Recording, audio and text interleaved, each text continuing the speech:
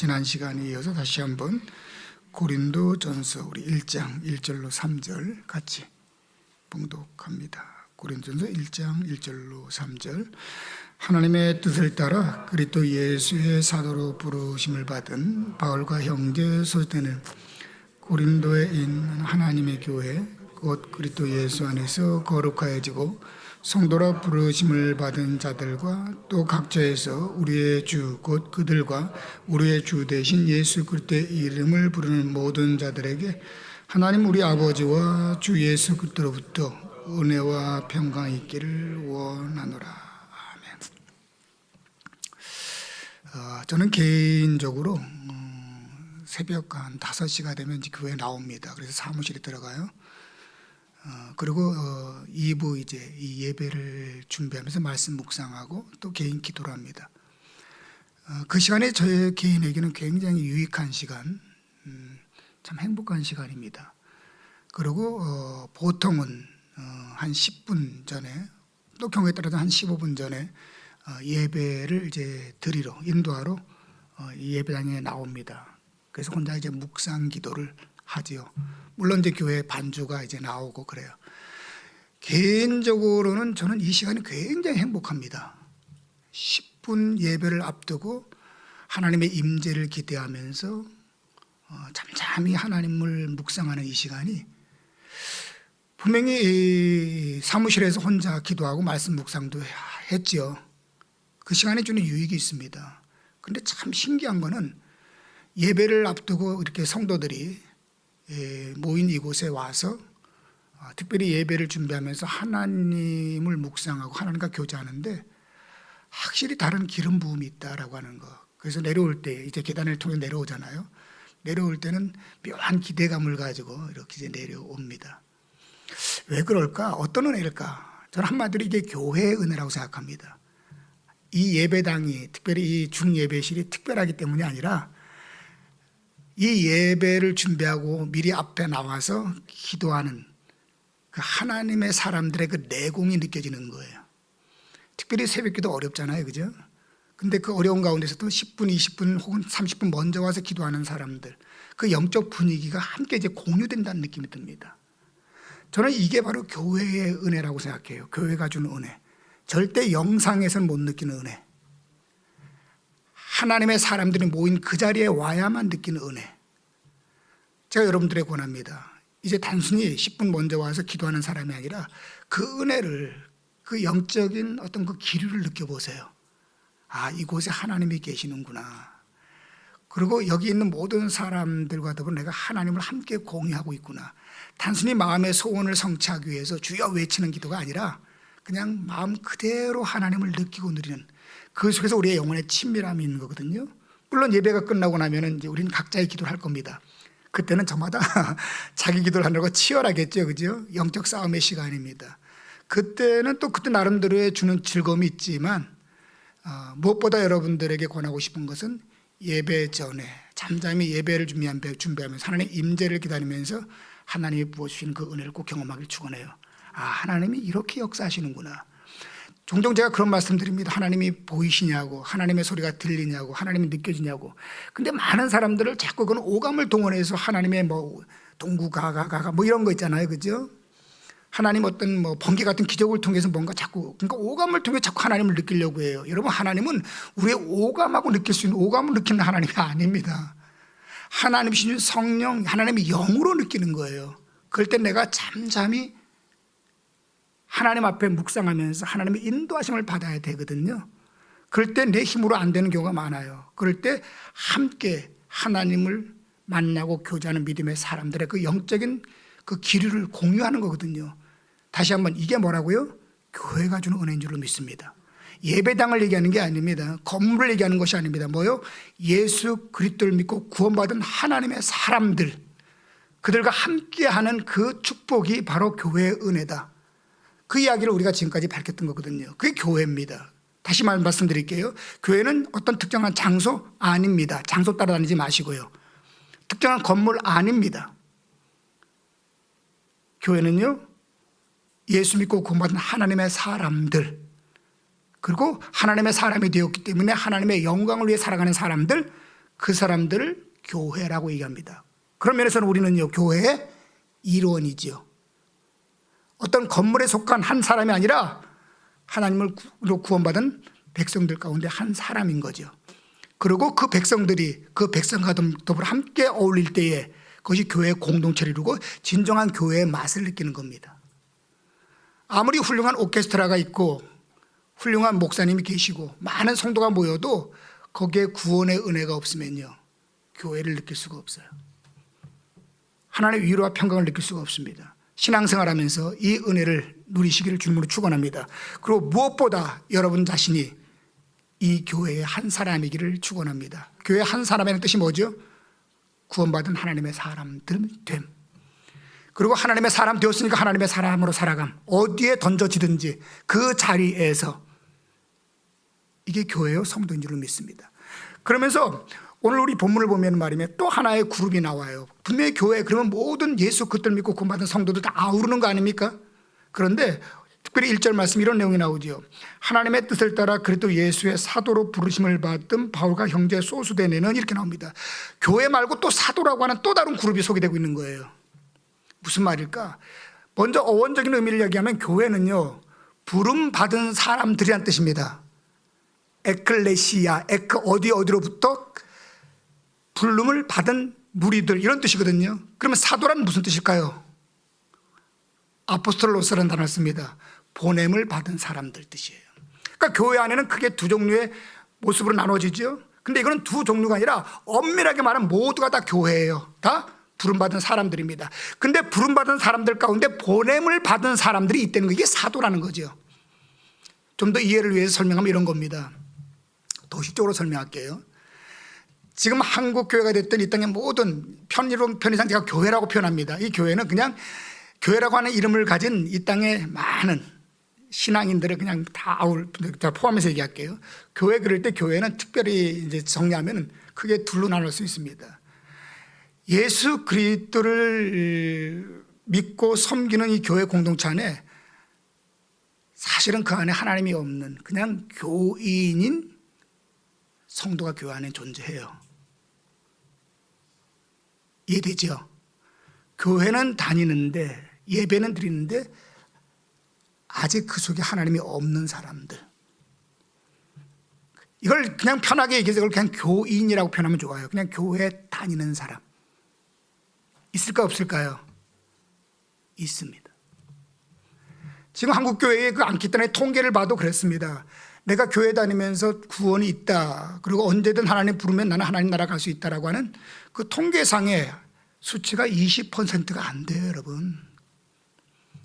그리고 목회자들 가운데 당신은 목회자니까 천국을 믿습니까? 50%가 안 돼요.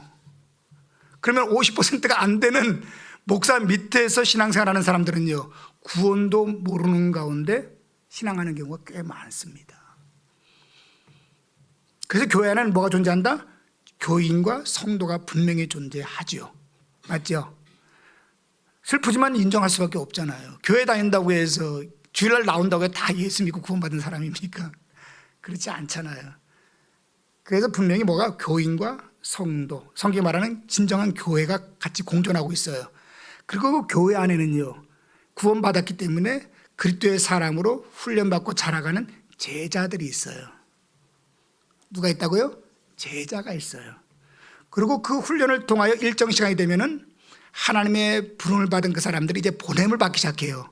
동구가 너는 교회 학교로 가라, 동구가 너는 목회 자리로 가라, 너는 선교사로 가라 등등등. 아니면은 또 어떤 면에서 세상에 나가서 돈을 벌 때 너는 그 번 돈을 가지고 또 어떤 일이 있으라. 다 뭘 받아요?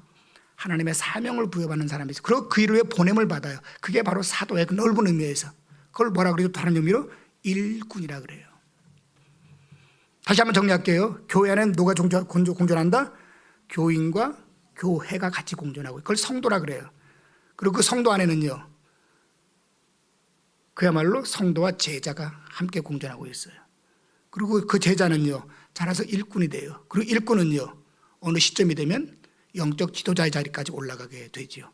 그 대표적인 얘기를 보면 오늘 본문에 나와 있는 사도 바울이나 소스데네가 그런 사람이지요. 사도 바울은 예수 그리스도를 믿고 이전에 구원을 받은 적이 있어요, 없었어요? 이전에 없었어요, 그죠?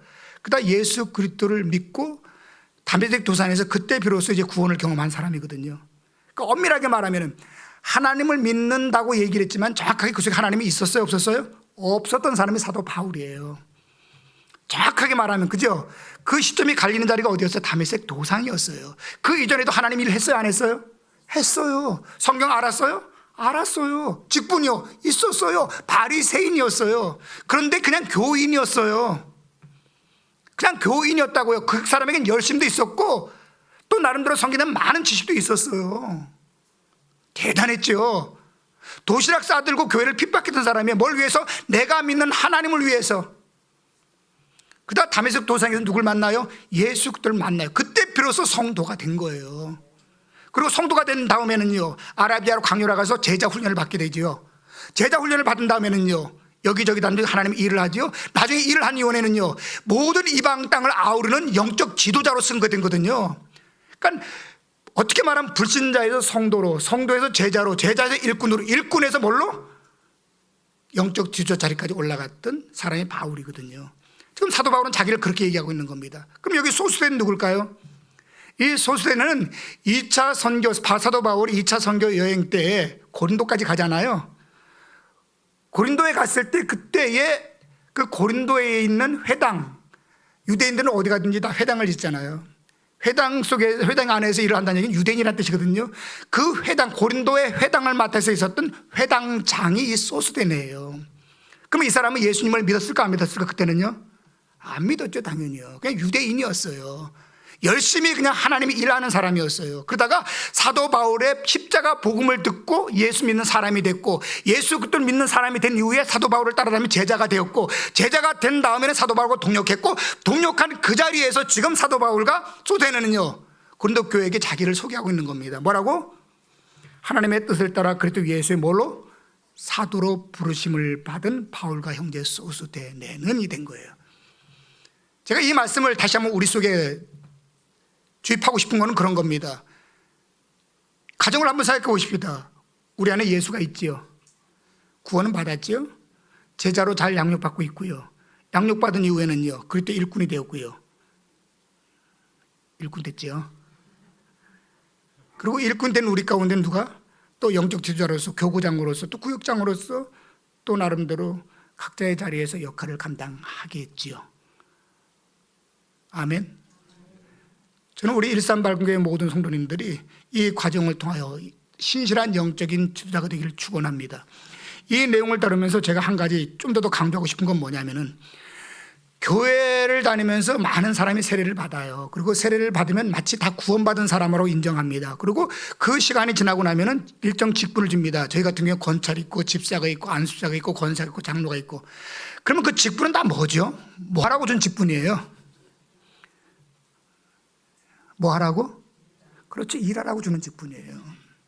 저는 한국교회 가장 큰 문제 가운데 하나는 뭐냐면은, 제자의 과정도 겪지 않았는데 너 예수 믿어 구원받았어, 너 좋겠다, 이제 하나님 일해, 이런 식이에요. 마치 태어나자마자 앵벌이 시키는 거랑 똑같아요. 이렇게 된 한국교회의 병폐가 지금 그대로 나타나요. 성숙하지도 못하고 일꾼도 안 된 사람이 일꾼하는 거. 또 하나의 큰 문제 뭔지 아세요? 구원의 과정과 제자의 과정이 없는데도 불구하고 이를 넘어서 직분을 갖는 거예요. 목회를 하고 장로가 되고 권사가 되는 거예요. 그런데 중요한 건 일을 안 하는데 그와 같은 위치에 있으니까 뭐가 돼요? 영향력을 발휘하기 시작해요. 그러면 그 영향력이 선한 영향력일까 나쁜 영향력일까요? 왜 교회는 말입니다, 노다지 목사와 목사가, 장로와 목사와 장로와 장로가 왜 직분만 주면 싸울까요? 왜 교회 갈등이 생길까요? 왜 쪼개질까요? 이유는 간단합니다. 왜 직분을 받았는지도 모르고 왜 직분을 줘야 되는지도 몰라요. 그냥 직분만 받고 있는 겁니다. 그러니까 교회 내에서 성도가 되고 성도의 제자가 되고 제자의 일꾼이 되는 과정이 없는 거예요. 과정이. 근데 어느 순간 내가 목사가 돼 있는 거야. 사람들이 나를 목사로 불러. 그러니까 목사인 척 해야 되잖아. 뭘 해야 되죠? 나는요, 위선을 떨어야 돼요. 그때부터 기도하는 척 해야 돼요. 열심히 있는 척 해야 돼요. 성경 아는 척 해야 돼요. 그러다 보면 인격적인 하나님을 제대로 만나요? 못 만나요. 그래서 참 재미난 게 뭔지 아세요? 한국교회 가장 큰 병폐는 말입니다, 목회를 하다가 목회를 그만두면 갈 데가 없어요. 어디 가서 성도도 못해요. 어디 앉아서 성가대도 못해요. 목사였기 때문에 교사도 못해요. 뭐 하다 가죠? 목사다 그만두면 뭐 하다 가야 돼요? 여기 우리 연수된 장로님들은 뭐든지 하고 계시잖아요. 그죠? 지금도 교사도 하고 성가도 다 하거든요. 근데 목회하다가 목회 그만두면 뭐 할 수 있는 게 있나요? 왜죠?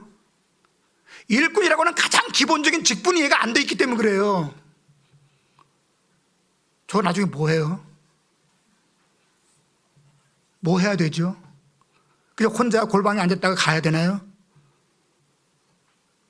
이런 이해에 대한 바른 마음을 가지고 오늘도 내가 죽는 그날까지 이제 일꾼이 됐으면 목사를 떠나서 장로를 떠나서 권사를 떠나서 내가 하나님의 보냄을 받았다라고 하는 사명을 갖고 살아가길 축원합니다.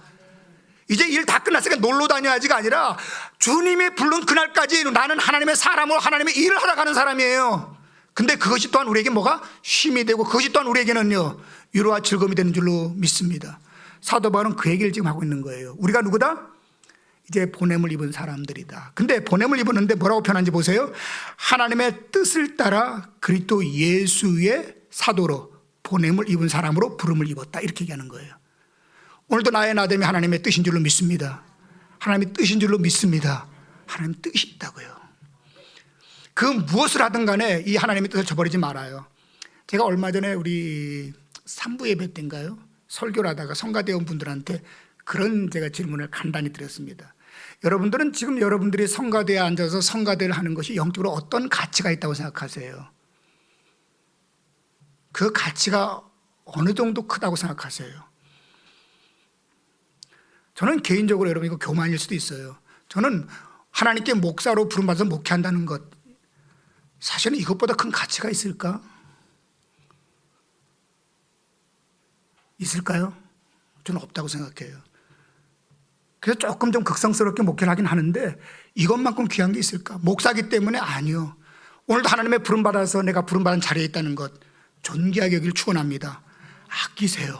그리고 귀하게 여기세요. 그리고 그 만복을 누리세요. 언제까지? 주님이 됐다고 하는 그날, 부르는 그날까지.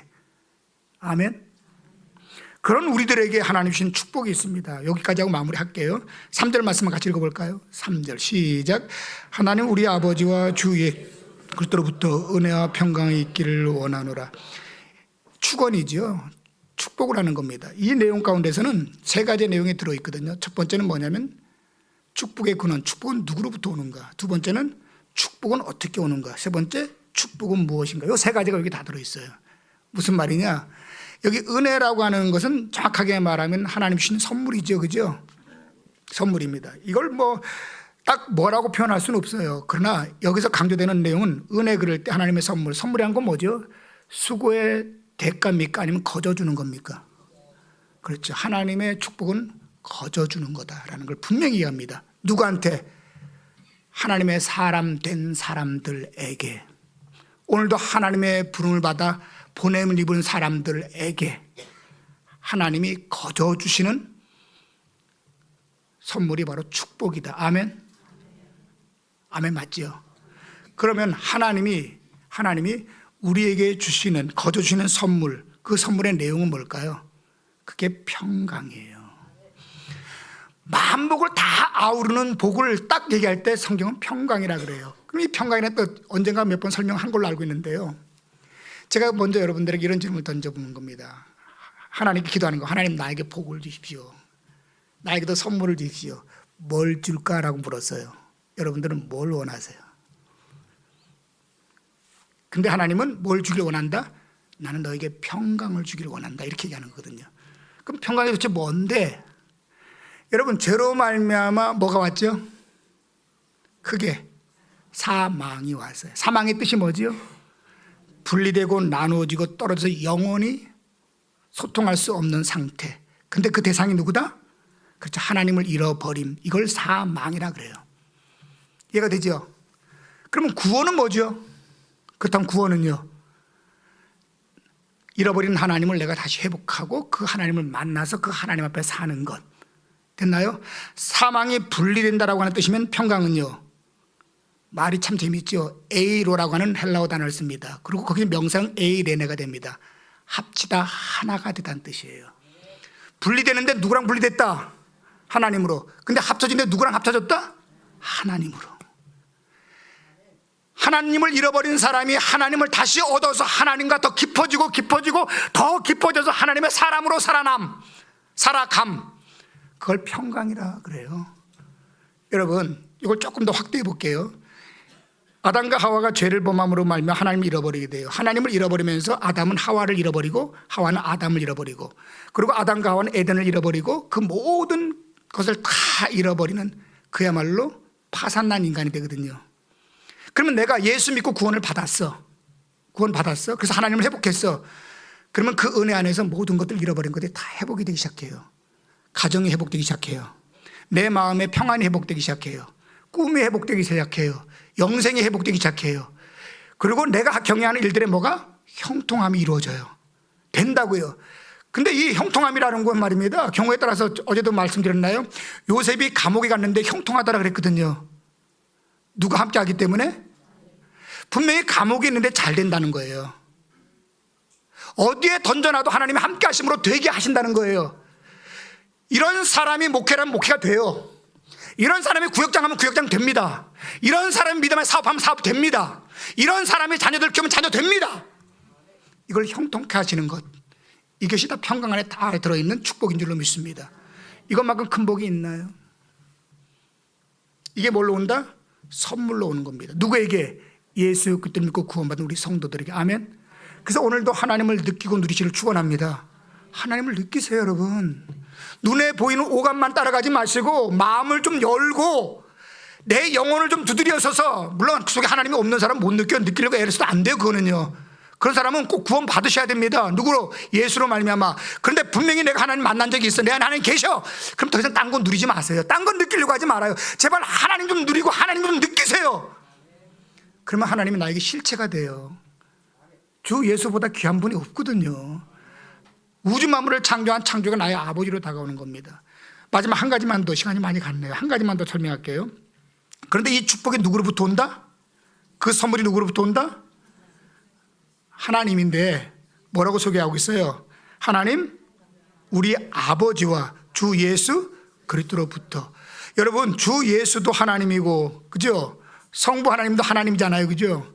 삼위일체 하나님이 여기 동원되고 있는 거거든요. 그런데 어떨 때는 우리도 그러잖아요. 주여 그랬다가 아버지 그랬다가 막 난리가 아니잖아요, 그죠? 아버지가 맞아요, 주인이 맞아요? 하나님이 우리 아버지예요, 우리 주인이에요? 여기서 편이 또 갈리죠. 여러분도 기도할 때 그러지 않으세요? 아버지 하나님 그랬다가 주여 그랬다가 뭐가 진짜예요? 주여 그러면은 난 뭐가 되는 거예요? 난 종입니다가 되는 거고요. 아버지 그럼 난 뭐가 되는 거예요? 난 딸입니다, 아들입니다가 되는 거잖아요. 여러분, 아들과 딸 그리고 종과 이게 같아요? 근데 이렇게 헷갈려요. 왜? 이상하지 않으세요? 아버지는요, 우리에게 생명을 줬기 때문에 아버지예요. 아멘. 하나님이 모든 생명이 그런 줄로 믿습니다. 그러면 주는요, 우리가 죽을 수밖에 없을 때 당신의 모든 것들을 다 내어놓고 나를 값주고 샀기 때문에 나의 주인이 된 거예요. 우리가 하나님을 부를 때 이 두 가지를 잃어버리면 안 돼요. 하나님 나에게 생명을 주신 분입니다. 근데 내가 타락하여서 죽을 수밖에 없었습니다. 그럴 때 아버지께 논 팔고 소 팔고 밥 팔고 다 팔아가지고 그거 다 보따리째 싸들고 와갖고 나를 다시 한번 살려주셨지요.